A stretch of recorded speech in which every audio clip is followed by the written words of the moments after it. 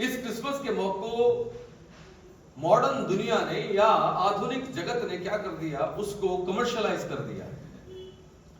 Christmas के ऊपर बहुत शोबाजी है, क्रिसमस के ऊपर शॉपिंग्स में बड़ा डिस्काउंट है, क्रिसमस के ऊपर हर दुकान सजी हुई है, हर कमर्शियल जगह जो है वहां पर क्रिसमस की छटा देखने के लिए लोग जाते हैं।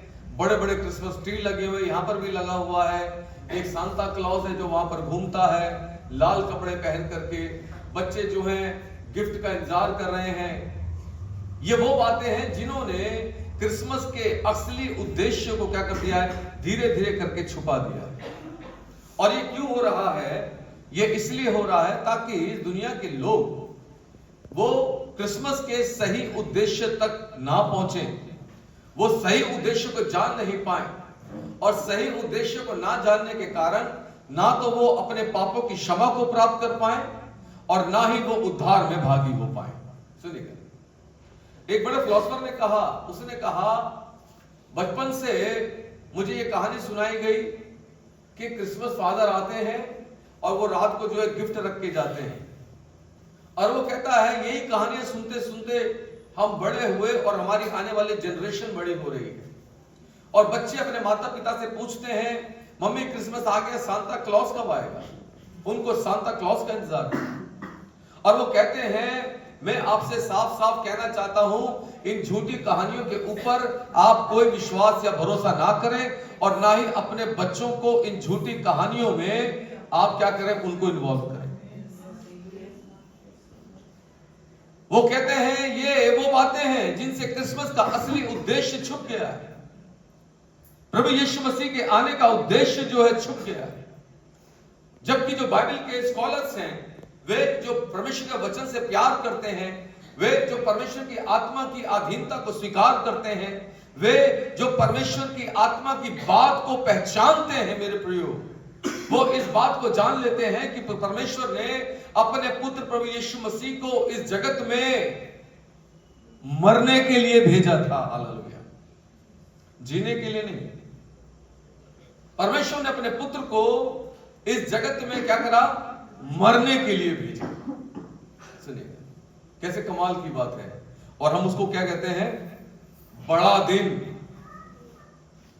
एक बड़े अच्छे फिलोसोफर हैं, एक बड़े अच्छे प्रचारक हैं, उन्होंने एक घटना बताई, मैं आपको बताऊंगा। और ये घटना जो वेल्स में घटी, वहां के अखबारों में ये घटना छपी। एक व्यक्ति था, एक जवान लड़का, और वो उसके पास में रहने वाली एक लड़की से उसको प्रेम हो गया, लेकिन बहुत अधिक शाई था। कभी उसके सामने जाकर के अपने प्रेम का इजहार नहीं कर पाया। तो उसने एक तरीका निकाला, उसने एक लेटर लिखा। उस लेटर में उसने सारे दिल की बातों को लिख दिया, मुझे आपसे बहुत प्रेम हो गया है। और वो जाकर के चुपके से उस लेटर को उसके दरवाजे के नीचे से अंदर कर देता था। यह सोचता था कि वो लड़की जो मेरे पत्र को पढ़ेगी तो क्या होगा, वो मेरे को रिप्लाई करेगी। लेकिन वो लड़की उस पत्र को पढ़ती लेकिन कोई जवाब नहीं देती। और वो लड़का जो है उसने हिम्मत नहीं हारी, वो जब जब मौका मिलता तब तब लेटर लिख करके उस लड़की से अपने प्रेम का इजहार करता। लेकिन वो लड़की बार बार उसको रिजेक्ट कर देती, उसको कोई जवाब नहीं देती। मेरे प्रियो, ये सिलसिला 42 साल तक चला, 42 इयर्स। और लगभग 2184 लेटर अपने प्रेम के प्रमाण के लिए, अपने प्रेम की स्वीकृति के लिए, या उसको यह बताने के लिए कि मैं तुझसे प्रेम करता हूं, उसने लिख दिए 2184 लेटर 42 सालों में। जब मैं और आप कल्पना करके देखें, अगर कोई हमें रिजेक्ट करेगा तो हम उसको कितनी बार पत्र लिख पाएंगे? एक बार, आज से 2 बार, थोड़ा ज्यादा प्यार जोर मारेगा तो 5 बार। लेकिन इसने कितनी बार? 2184 बार क्या करा, वो पत्र लिखा। 2184 बार उसका वो लव लेटर रिजेक्ट कर दिया गया। बड़ा परेशान हुआ, फिर हिम्मत करी, और एक दिन क्या हो गया, 42 साल के बाद वो उस दरवाजे के ऊपर जाके खड़ा हो गया। उसने नॉक किया। जब उसने नॉक किया तो उस लेडी ने दरवाजा खोला। अब 42 साल में लड़की तो नहीं है, आप अंदाजा लगा सकते हैं 60 साल से भी ऊपर ज्यादा उम्र हो गई होगी। उसने दरवाजा खोला, वो लेडी सामने खड़ी थी जिससे वो प्रेम करता था, और उसने जाकर के कहा मैं आपसे बहुत प्रेम करता हूं। उस लड़की ने जवाब दिया मैं भी आपसे बहुत प्रेम करती हूं। और 42 साल के बाद उनकी शादी हुई। सुनिएगा, कहानी बड़ी इंटरेस्टिंग है, मैंने ऐसी स्टोरी सुनी नहीं, लेकिन मेरे प्रियो मैं आपको ले जाना चाहता हूं। 42 साल वो व्यक्ति लगातार इस बात का प्रयास करता रहा और अपने प्रेम का इजहार करता रहा, ये सोचकर कि ये जिससे मैं प्रेम करता हूं मेरे प्रेम को स्वीकार करेगी। मेरे प्रियो ऐसे ही परमेश्वर ने अपने वचन में, मेरे प्रियो उत्पत्ति की किताब से लेकर मलाकी की किताब तक बार बार अपने लोगों से अपने प्रेम का इजहार किया। कभी भविष्यवक्ताओं के द्वारा, कभी जो है अपने सपनों के द्वारा, भविष्यवक्ताओं को देने वाले सपन के द्वारा, कभी प्रचारकों के द्वारा उनसे कहता रहा मैं तुमसे प्रेम करता हूं, मैं तुमसे प्रेम करता हूं, तुम मेरी प्रजा हो, मैंने तुम्हें अपनी पत्नी का दर्जा दिया है, अरे मैं तुम्हारे साथ रहना चाहता हूं। लेकिन बार बार क्या हो गया, इतने सालों से इजराइल के लोग यीशु परमेश्वर पिता के प्रेम को क्या करते, रिजेक्ट करते रहे। फिर एक दिन ऐसा आया कि जब उसने ये डिसाइड करा अब मैं खुद जाऊंगा। हालेलुया, अब मेरे साथ है ना। उसने डिसाइड करा मैं खुद जाऊंगा, और जब वो खुद आया तो मेरे प्रिय बाइबल ये कहती है वो अपनों के पास आया, लेकिन अपनों ने क्या करा, उसको गैर समझा।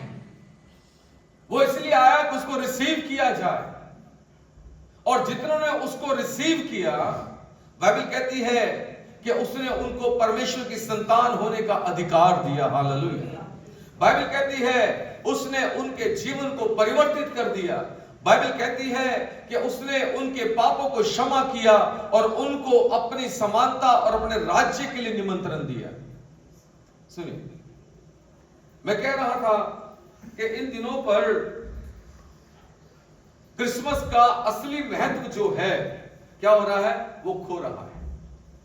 हमें लोगों को यही पता है कि क्रिसमस के ऊपर सांता क्लॉज आएगा, क्रिसमस के ऊपर कैरल आएगी, क्रिसमस के ऊपर जो है चर्च सजा दिया जाएगा, क्रिसमस पे हमें नए कपड़े पहनने का मौका मिलेगा, क्रिसमस के ऊपर केक और गुजिया वो सामने आएंगी खाने के लिए, क्रिसमस के ऊपर हम एक दूसरे को मिलकर के क्या करेंगे, हैप्पी क्रिसमस बोलेंगे, एक दूसरे को चूमेंगे, एक दूसरे को गले लगाएंगे। लेकिन हम ये नहीं कहेंगे कि परमेश्वर का सबसे कीमती उपहार प्रभु यीशु मसीह क्षमा और उद्धार लेकर आ गया है, आप उसको अपने जीवन में ग्रहण कीजिए। हालेलुया। आपको समझ में आ रही है मेरी बात? हालेलुया। मैं खुदावंद का बहुत धन्यवाद करता हूं, मैं धन्यवाद करता हूं। मेरे प्रिय जरूरी ये है कि मैं और आप क्रिसमस के उस उद्देश्य को अपने जीवन से कभी जाने ना दें। केवल मैं और आप, हम बड़ा दिन क्यों कहते हैं, मैं कल इस बात को बता रहा था। हम बड़ा दिन इसलिए कहते हैं क्योंकि बड़ा दिन जो है उसका मतलब क्या है, केवल यीशु मसीह का पैदा होना ही नहीं है, बल्कि बड़े दिन का एक बड़ा उद्देश्य है। जरा मेरे साथ निकालिएगा यूहन्ना की किताब, उसका पहला अध्याय, द बुक ऑफ जॉन, जल्दी से निकालिए। यूहन्ना उसका पहला अध्याय और उसके 14 पद को पढ़ेंगे जल्दी से, जल्दी जल्दी। हाँ जी, इसको मिल जाएगा। हाँ, क्या है, बड़ा दिन क्यों है? बिकॉज, क्योंकि वचन जो है वो देहधारी हुआ, और आगे क्या हुआ, और उस वचन ने अनुग्रह और सच्चाई से क्या करा, परिपूर्ण हो गया। वो वचन अनुग्रह और सच्चाई से परिपूर्ण हुआ, और आगे आगे हमारे बीच में डेरा, और उसने क्या करा, हमारे बीच में डेरा किया। सुनेगा, यहूदियों ने परमेश्वर की आवाज को सुना था, मूसा ने परमेश्वर की आवाज, उसके दर्शन को पाया था, यहूदियों ने उस परमेश्वर को बादल में देखा था, उन्होंने उस आग के खंभे में उसकी तपन को, उसकी उपस्थिति को देखा था, परमेश्वर के उस मिलाप वाले तंबू में परमेश्वर की महिमा को भरते हुए देखा था। लेकिन जानते नहीं थे वो कौन है, हु इज ही। लेकिन ये पहला मौका उनके सामने ऐसा था कि जब यूहन्ना लिखते हैं, वो कहते हैं कि वो वचन जिसकी आवाज को यहूदियों ने सुना, जिसकी आवाज को अब्राहम ने सुना, जिस आवाज को मूसा ने सुना, और जिस आवाज को जो है वो स्वप्न में, दर्शनों में याकूब ने सुना, और उसके बाद भविष्यवक्ताओं ने सुना, ये उनके लिए बड़ी बात थी कि वो आवाज जो है, वो वचन जो है, वो देहधारी होकर के मनुष्य के बीच में आ जाए। हालेलुया। सुनिए, और ये भविष्यवाणी पूरी हो रही थी मेरे प्रिय। अगर आप व्यवस्था विवरण निकालेंगे, देखिए व्यवस्था विवरण की किताब उसका 18 अध्याय 18 और 19 पद को देखिए जल्दी से, जहां पर मूसा ने इस बात को कहा। सुनिए मूसा ने क्या कहा इस्राएल के लोग से, इसलिए मैं उनके लिए, मूसा परमेश्वर की ओर से बोल रहे हैं, और मूसा कह रहे हैं इसलिए मैं उनके लिए, उनके भाइयों के बीच में, उनके भाइयों के बीच में से तेरे समान, ओ तेरे समान मूसा, तेरे समान। जानते हैं क्यों बाइबल कहती है तेरे समान? क्योंकि बाइबल कहती है मूसा से परमेश्वर ऐसे बात करता था, आमने सामने, जैसे कि अपने भाई से बात करता है। मूसा तेरे समान, जो मेरी बात को सुनेगा और मेरे लोगों की अगुवाई करेगा। मूसा तेरे समान, जो मेरे लोगों के लिए अपने आप को बलिदान भी कर देगा, ताकि उनको, तूने तो उनको केवल वाचा के देश में पहुंचाया है, लेकिन तेरे समान जिसको मैं उत्पन्न करूंगा, वो उनको इस देश से निकाल करके, इस पृथ्वी के जीवन से निकाल करके, और वो उस स्वर्गीय राज्य में जिसको मैंने उनके लिए तैयार किया है, वो वहां तक उनकी अगुवाई करेगा। Hallelujah, praise the Lord. और यहां आगे लिखा है तेरे समान एक नबी को उत्पन्न करूंगा और अपना वचन उसके मुंह में डालूंगा, और जिस बात की मैं उसे आज्ञा दूंगा वही वह उनको कह सुनाएगा। जिस बात की मैं उनको आज्ञा दूंगा। और आगे क्या लिखा हुआ है, पढ़िए 19 पद। और जो मनुष्य मेरे वह वचन जो वह मेरे नाम से कहेगा ग्रहण ना करेगा, मैं उसका हिसाब उससे लूंगा। ओ बाइबल कहती है जो वचन वो मेरे नाम से कहेगा, और जो कोई उस वचन का पालन नहीं करेगा, क्या करेगा? खुदा कह रहा है मैं उसका हिसाब लूं। खुदा कह रहा मैं न्याय करूंगा, मैं न्याय करूंगा। और मैं परमेश्वर का धन्यवाद करता हूं कि परमेश्वर ने मूसा को दी गई उस प्रतिज्ञा को पूरा किया, जब उसने अपने पुत्र प्रभु यीशु मसीह को इस पृथ्वी के ऊपर भेज दिया। परमेश्वर का प्रेम मनुष्य जाति के लिए इस पृथ्वी के ऊपर प्रकट हुआ मेरे प्रियो। और जब उस पृथ्वी के ऊपर प्रकट हुआ तो मेरे प्रियो, बाइबल बताती है ये पहली बार इस पृथ्वी के ऊपर स्वर्ग का हस्तक्षेप हुआ, कि स्वर्ग का परमेश्वर मानव देह लेकर के इस पृथ्वी के ऊपर आया।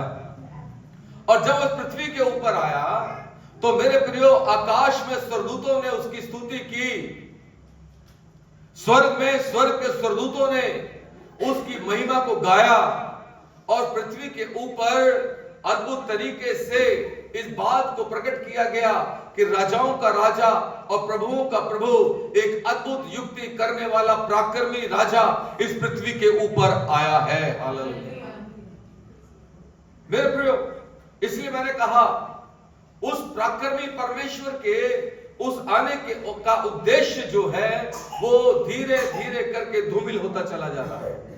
हम दुनिया की बातों में भाग रहे हैं, हम दुनिया की बातों में खो रहे हैं, हम दुनिया के तरीके से चल रहे हैं, हमारे कमिटमेंट फेल हो रहे हैं, हमारी बातें जो है वो असफल हो रही हैं, हमारे प्रयास असफल हो रहे हैं। हम थोड़ी देर का आनंद मनाते हैं और उसके बाद क्या होता है, जैसे ही क्रिसमस गया नए साल तक जोश रहता है, और नए साल के बाद क्या होता है, सारे चिराग जो है वो धीरे धीरे करके बुझने लगते हैं। बड़ा जोश, नया साल है, हैप्पी क्रिसमस बड़े जोर की बोलते हैं हम, लेकिन हमारे जीवन में क्रिसमस का कितना महत्व है इस बात को जरा जानना बहुत जरूरी है। सुनिएगा, यीशु मसीह पैदा नहीं होगा, वो आया, उसने अपना उद्देश्य पूरा किया और वो चला गया। लेकिन आज यीशु मसीह कहां दिखाई देता है? हम कहते हैं यीशु मसीह का जन्म उत्सव मना रहे हैं।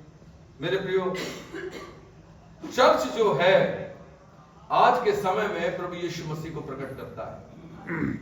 सुनेगा, और मैं इस बात के लिए धन्यवाद करता हूं, जहां चर्च यीशु मसीह को प्रकट करता है, लोग कलीसिया में आकर प्रभु यीशु मसीह को देखना चाहते हैं। मैंने कहा परमेश्वर ने पुत्र को इसलिए भेजा कि इस पृथ्वी के ऊपर जो है वो आकर के अपने प्राण को दे, इसलिए नहीं कि वो जिए। और कैसे अद्भुत बात है, मैं बता रहा था कि इस दुनिया के अंदर बड़े बड़े राजाओं को महल मिल जाते हैं, बड़े बड़े लोगों को जो है अच्छे अच्छे घर मिल जाते हैं, लेकिन जब यीशु मसीह आया तो उसको कहां जगह मिली? एक गौशाला में, चरनी में। जानते हैं, खुदा ने उसके लिए पहले से नियुक्त कर दिया, इस पृथ्वी के ऊपर तेरा कोई स्थायी आवास नहीं है। और इसलिए जब किसी ने उससे कहा लूका के सुसमाचार में, मैं तेरे साथ रहना चाहता हूं, जहां तू जाएगा मैं भी चलूंगा, तो प्रभु यीशु मसीह ने कहा आकाश के पक्षियों के बसेरे और लोमड़ियों के भट्ट होते हैं, लेकिन मनुष्य के पुत्र के लिए सर रखने को भी जगह नहीं। इसका मतलब जानते हैं, जब यीशु मसीह चरनी में पैदा हो रहा था, मेरे प्रियो, उसको इस बात का पता था मेरे जीवन का उद्देश्य क्या है। ये बात छुपी नहीं, सब कुछ घट रहा है, अचानक से नहीं घट रही थी, बल्कि सारी बातें इसलिए घट रही थी क्योंकि पिता ने इन सारी बातों को जो है रखा हुआ था।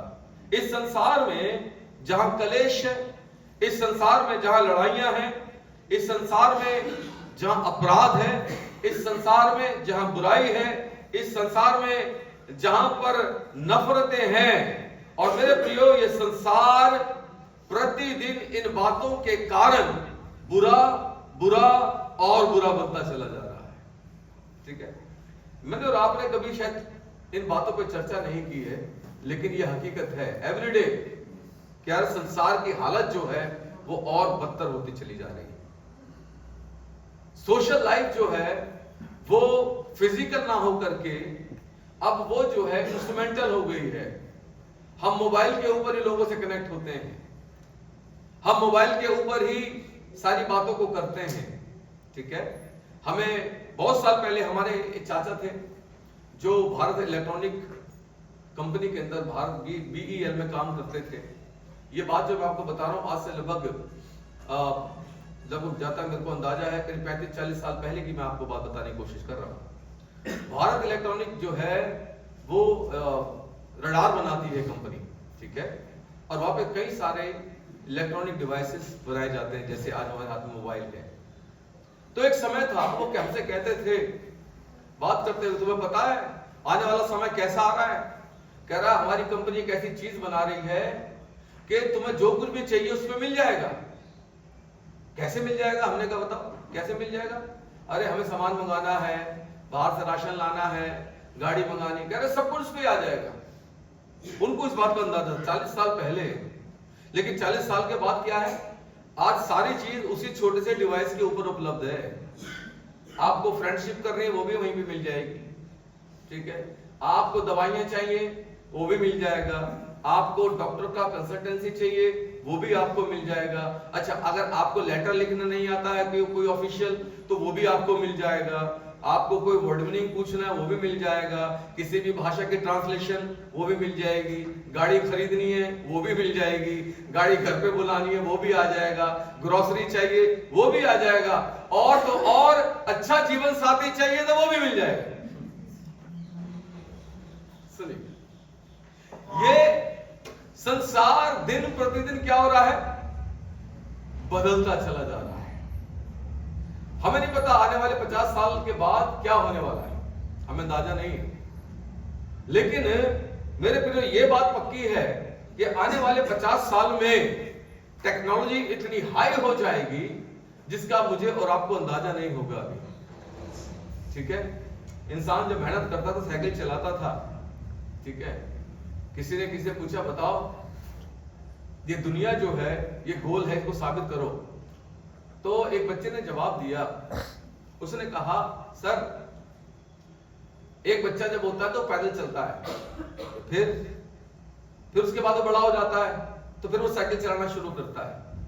अच्छा, फिर कहता फिर वो थोड़ा और बड़ा होता है तो कमाने लगता है, फिर वो टू व्हीलर खरीद लेता है। अच्छा, उसके बाद कहता उसके बाद जब उसके पैसे बढ़ जाते हैं फिर वो कार खरीदता है। कहता वो कार में यात्राएं करता है।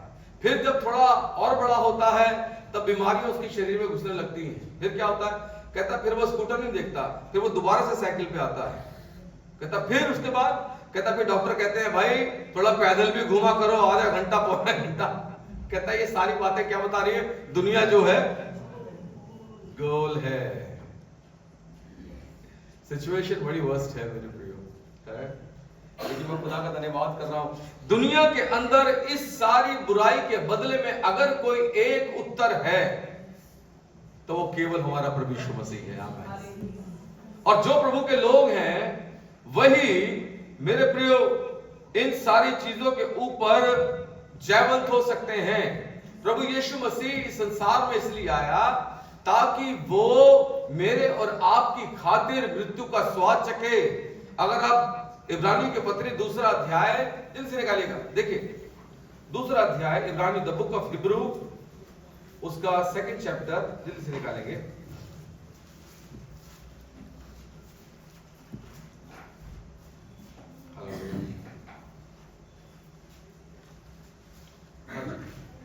नवा पद देखिए,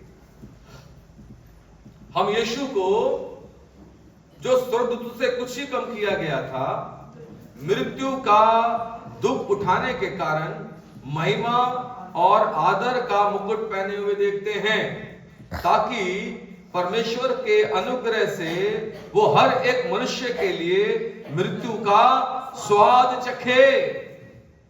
यीशु आया मेरे और आपकी खातिर मरने के लिए, मेरे और आपकी खातिर वो मृत्यु के स्वाद को चखने के लिए आया। और मेरे प्रियो कैसे कमाल की बात यह है कि परमेश्वर ने अपने पुत्र को इसलिए भेज दिया ताकि परमेश्वर का पुत्र हम मनुष्यों की निर्बलताओं को जान ले। और इसलिए इसके 14 पद में लिखा हुआ है, इसलिए जबकि लड़के लहू और मांस के भागी हैं तो वह भी उनके समान सहभागी हो गया, ताकि मृत्यु के द्वारा जिसे मृत्यु पर शक्ति मिली थी अर्थात शैतान को निकम्मा कर दे। और आगे लिखा है, और जितने मृत्यु के भय के मारे जीवन भर दासत्व में फंसे थे क्या करें? उनको छुड़ा ले। हालेलुया। क्रिसमस का संदेश मेरे प्रियो केक नहीं, क्रिसमस का संदेश ये पंप एंड शो नहीं, क्रिसमस का संदेश ये क्रिसमस ट्री भी नहीं है मेरे प्रिय, याद रखिए, और ना ही सांता क्लॉज है। एक बार मैंने चर्च में बताया था क्रिसमस ट्री के बारे में, ये कहां से आ गया? मिस्र के अंदर मेरे प्रियो जब वहां पर पतझड़ का मौसम आता था तब उस समय पर लोग उसके आने से पहले पेड़ों की हरी उन शाखाओं को काट करके अपने घर में रखते थे। That was the symbol of life। ये तो जीवन का प्रतीक था कि अगर पतझड़ आ रहा है, एक समय आ रहा है कि जब क्या होगा? हरियाली भी आएगी। और क्या हो गया? धीरे धीरे करके क्रिसमस के उस सही उद्देश्य को विकृत करने के लिए ये चीजें क्रिसमस के इस संदेश के साथ में अटैच की जाने लगी। एक बार हमने क्रिसमस के ऊपर चर्च में, काफी साल हो गए, हमने कोई पर्चा बनाए और उनको बांटा, इसके अंदर क्रिसमस का संदेश लिखा था। पुराने लोग अगर हैं तो उनको याद होगा, यहाँ पे नहीं है। और हमने क्या करा, मैंने चर्च के लोगों को बोला, अगर आपने क्रिसमस के समय पर किसी एक व्यक्ति को प्रचार नहीं किया तो आपने कुछ भी प्रचार, कोई क्रिसमस सेलिब्रेशन नहीं हुआ।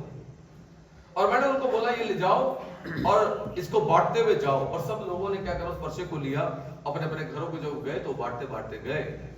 और वहां कुछ लोग बच्चे जो है वो दुकान में पहुंचे, वहां पर क्रिसमस ट्री लगा हुआ था, वो दुकानदार सेल कर रहे थे। ये क्या है? उन्होंने कहा आपने ये क्या लगा के रखा है? उन्होंने कहा ये हमने क्रिसमस ट्री बनाया लगाया हुआ है। कह रहे ये पर्चा जो इसी के बारे में बात करेगा, आप पढ़िए इसको। और ऐसे करके वो क्रिसमस ट्री जो है क्या जो संदेश था क्रिसमस का वो लोगों तक पहुंचा। एक परिवार ने तो बसों में बांटा, सुनिए, लोगों तक परमेश्वर का सही उद्देश्य पहुंचना चाहिए।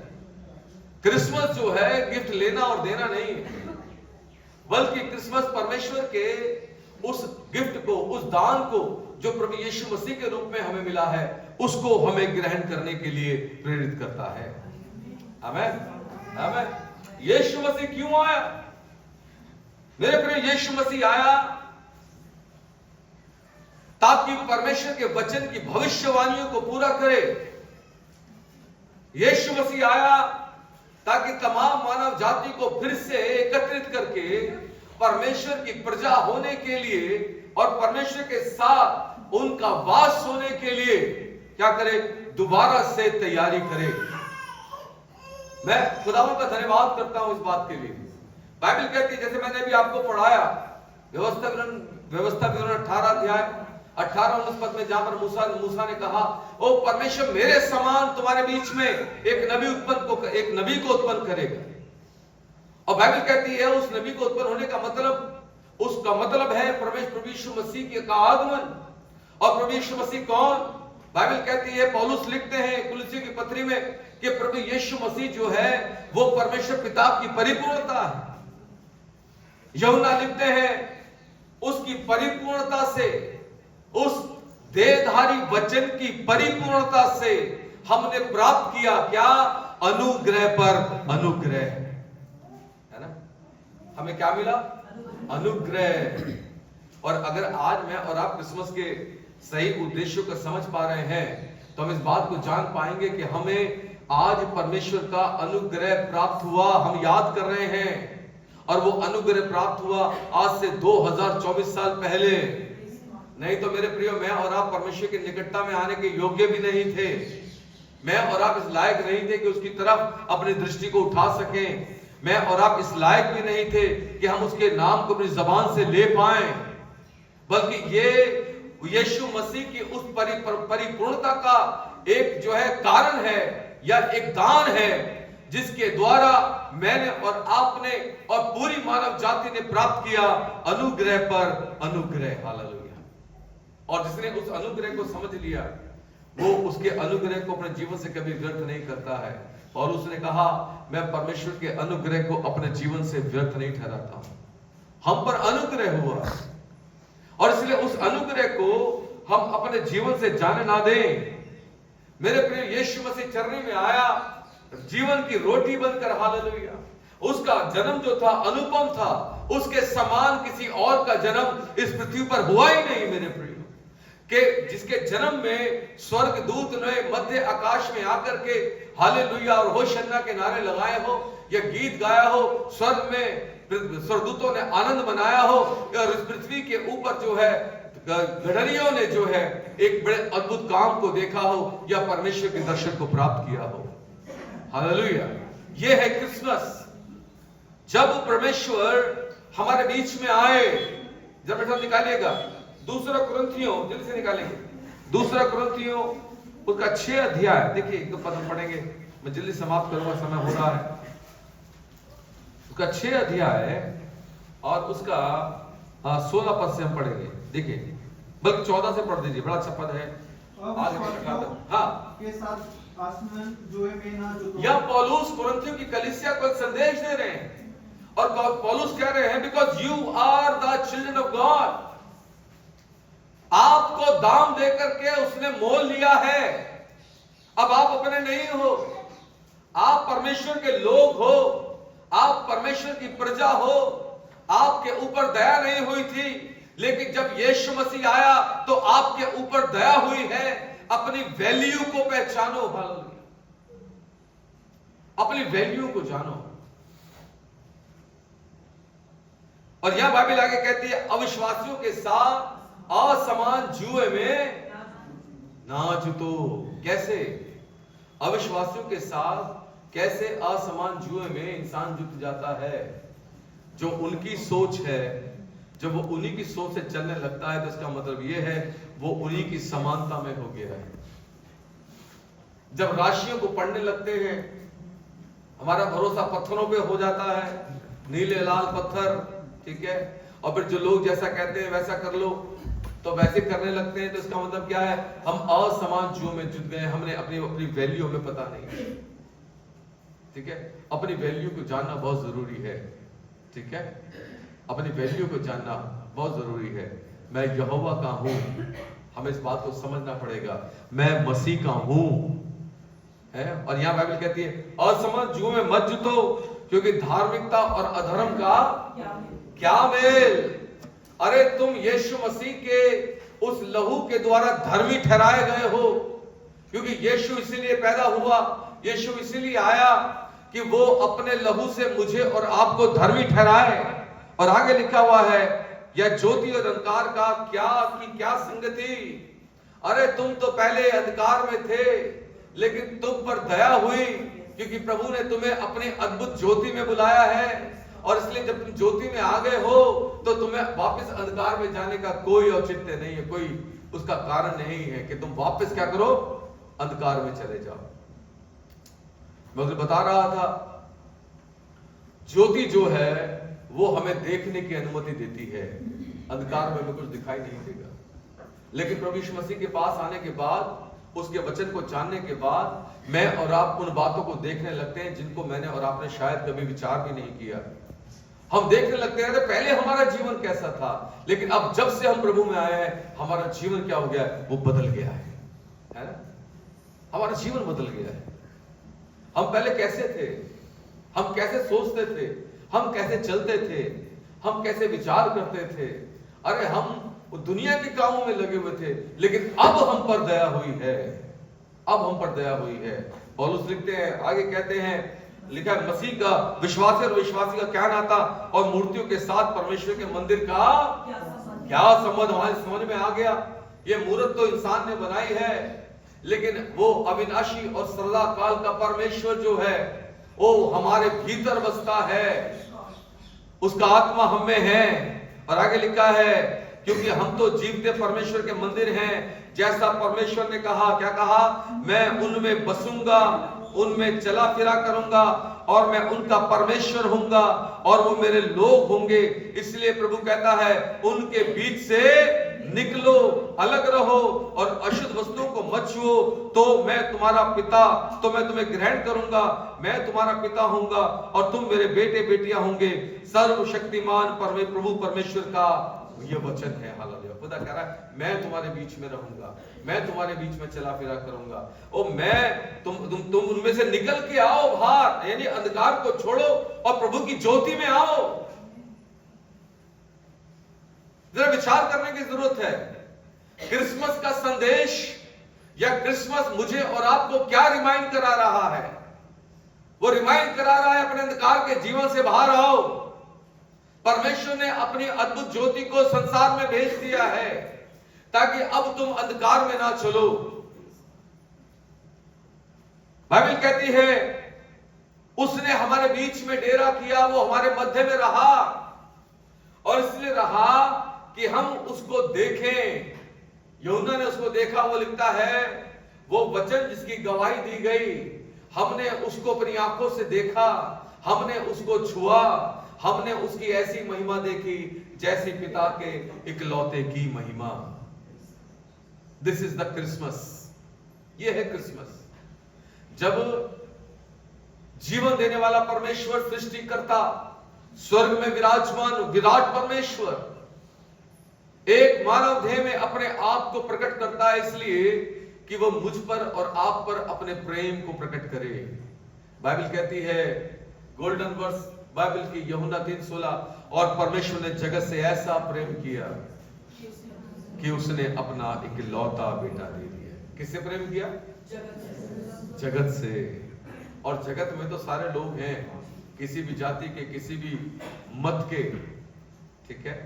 प्रभु यीशु मसीह सबका है, लेकिन जो उसके प्रेम को जान लेगा वही उसको अपना जीवन अर्पित कर पाएगा। सारे लोग नहीं, सारे लोग नहीं। और मैं धन्यवाद करता हूं कि परमेश्वर का वो प्रेम वो उन्हीं लोगों के ऊपर प्रकट होता है जो वास्तव में प्रभु को पहचान करके अपने जीवन पर उसको रिसीव करते हैं, उसको ग्रहण करते हैं। आप जानते हैं यीशु मसीह के आने पर क्या क्या हुआ।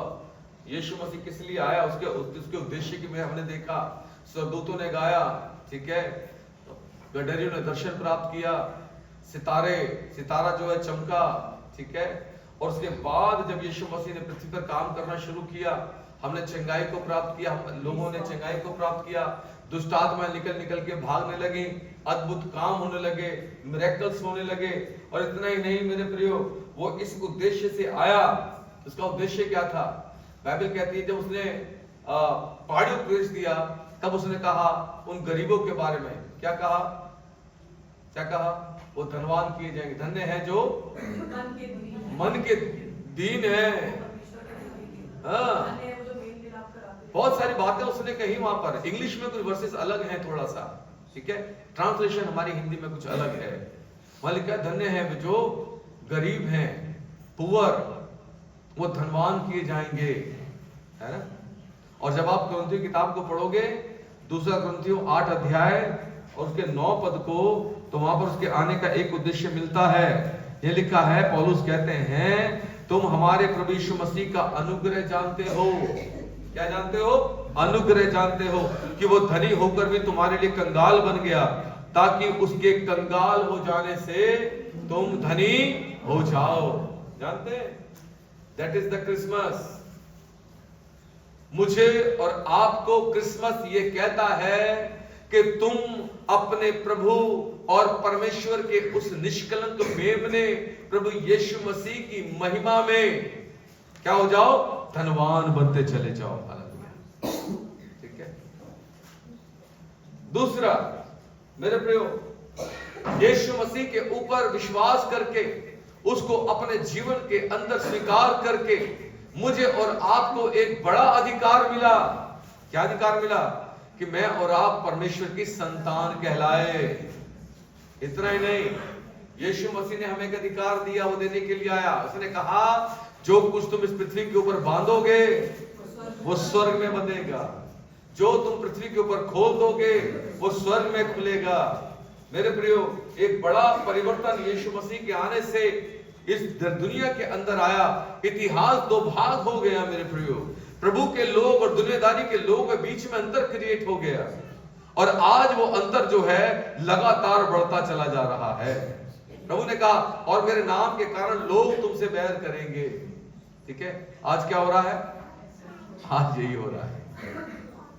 कल जब प्रभु का आत्मा बुलवा रहा था और मैंने इस बात को बोला कि आने वाले 6 महीने आपके विश्वास के परख के महीने हैं। आपको अपने ईमान की रखवाली करनी होगी, आपको अपने धरोहर को बचा के रखना होगा। और जब सभा समाप्त हो गई, तब वहां पर एक लड़का मेरे पास आया और उसने मुझसे इस बात को कहा। उसने बोला, सर जब आप ये बोल रहे थे तो मेरे को एक बात याद आ गई। आने वाले जनवरी में स्टार्टिंग के अंदर ही, क्योंकि अभी उसने बपतिस्मा नहीं लिया है, अभी विश्वास में चल रहा है, उसने कहा सर मुझे ये बात याद आ गई, मुझे बताइए इस तरीके से हम एक शादी करने के लिए जा रहे हैं, और वो शादी जो है वो मसीह लोगों की शादी नहीं है, वो गैर मसीहियों की शादी है। मेरा इंपॉर्टेंट रोल है, मुझे बताइए सर मैं क्या करूं? क्योंकि जब वो मुझसे कहेंगे तुझे ऐसा करना है, तुझे ऐसा करना है, तुझे ये करना है, तो मैं क्या करूंगा? मैंने कहा ये तुम्हें देखना है तुम क्या करोगे। मैं तुम्हें इतना कहूंगा कि तुम अपने ईमान की रखवाली करना। हालेलुया। और ये मौका हम में से प्रत्येक के जीवन पर आएगा। याद रखिए, आपको अपने विश्वासी या मसीह होने के कारण से आपको परीक्षाओं का और रिजेक्शन का सामना करना पड़ेगा। अभी हाल ही में बहुत सारी बातें ऐसी हुई हैं जिससे इस बात का अंदाजा मुझे हुआ कि इस समय पर एक प्रेशर या प्रेशराइज तरीके से मसीहों को सताया जाएगा। जरूरी बात नहीं कोई सामने से आकर के आपका विरोध करे, ऐसा नहीं, इनडायरेक्टली भी। ठीक है, तो इसलिए तैयार रहिएगा, अपने ईमान को मजबूत रखिएगा। याद रखिएगा आपको अपनी धरोहर की रखवाली करनी है। और मैं परमेश्वर का धन्यवाद करता हूं, जब यीशु मसीह आया तो उसने पहले से ही परमेश्वर के एक प्रोग्राम को, एक योजना को उसने पूरी मानव जाति के ऊपर प्रकट किया जब उसने पहाड़ी उपदेश दिया। ठीक है, इससे पहले किसी ने भी परमेश्वर की योजना को इस तरीके से नहीं बताया था। लेकिन मैं धन्यवाद करता हूं क्रिसमस मुझे और आपको उन तमाम योजनाओं में सहभागी करता है और मेरी और आपकी आंख खोलने के लिए परमेश्वर का आत्मा अपने योजना के तहत मुझसे और आपसे बात करता है कि मैं और आप इतने पंप और शो में ज्यादा ना जाएं, बल्कि क्रिसमस के सही महत्व को और सही उद्देश्य को अपने जीवन में थाम के रखें। याद रखिएगा, क्योंकि ये संदेश आपके द्वारा दूसरों तक पहुंचेगा। सीधी सी बात ये है, यीशु मसीह को ग्रहण करो और तुम पापों की क्षमा और उद्धार को प्राप्त करो। अगर रिजेक्ट करोगे तो तुम्हारा भाग आग और गंधक की झील में मिलेगा। ये चुनाव इस दुनिया के हाथों में है। हालेलुया। लेकिन धन्यवाद इस बात के लिए है कि मैं और आप उन लोगों में हैं जिन्होंने प्रभु यीशु मसीह को अपने जीवन पर स्वीकार किया है और उन्हें अपने जीवन का स्वामी और उद्धारकर्ता ग्रहण किया है। Hallelujah, hallelujah, hallelujah. तो आपको क्रिसमस की बहुत बहुत शुभकामनाएं। आपको नया यीशु मसीह का जन्मदिन क्रिसमस बहुत बहुत मुबारक हो। इस उद्देश्य को भूलिएगा नहीं, क्योंकि ये उद्देश्य मेरे और आपके जीवन में परमेश्वर के साथ हमारे रिश्तों को और अधिक मजबूत करेगा। Hallelujah, God bless you. आइए अपने स्थानों पे खड़े होंगे, छोटी सी प्रार्थना करेंगे, उसके बाद हम एक गीत को गाएंगे और अपने दान परमेश्वर के समीप लेकर के जाएंगे। हालेलुया, धन्यवाद। राजाओं के राजा हमारे आसमानी बाप, प्रभु यीशु मसीह के नाम में हम आपके पास में आते हैं। प्रभु खुदावंद तेरा शुक्र करते हैं तेरे पिता, इस चकाचौंध के अंदर जहां हर इंसान प्रभु इस संसार रूपी यरियों में दौड़ रहा है, खोज रहा है, खुदा तूने ये चाहा कि प्रभु तेरे ये बच्चे क्रिसमस के उस सही उद्देश्य को अपने जीवन पर जान सके और पहचान सके। प्यारे परमेश्वर पिता, मैं प्रार्थना करता हूं कि अपने बच्चों को आप कई गुना ब्लेस कीजिए और प्रभु क्रिसमस के इस उत्साह को खुदावन इनके जीवनों में वास्तविक रूप से आने दीजिएगा। पवित्र आत्मा इनके मनों में अपने आनंद को भरिएगा। मैं प्रार्थना करता हूं, तेरे हाथों में इनको सौंपता हूं पिता। जब यहां से जाएंगे खुदा, आपकी भारी उपस्थिति इनके साथ रहे और ये तेरे आनंद में उमड़ते चले जाएं। सारा आदर मान सम्मान आपको देते हैं खुदावन। खुदा धन्यवाद के साथ मेरे प्यारे परमेश्वर, आपने प्रार्थना को सुना, प्रभु यीशु मसीह के नाम से मांगते हैं, आमीन।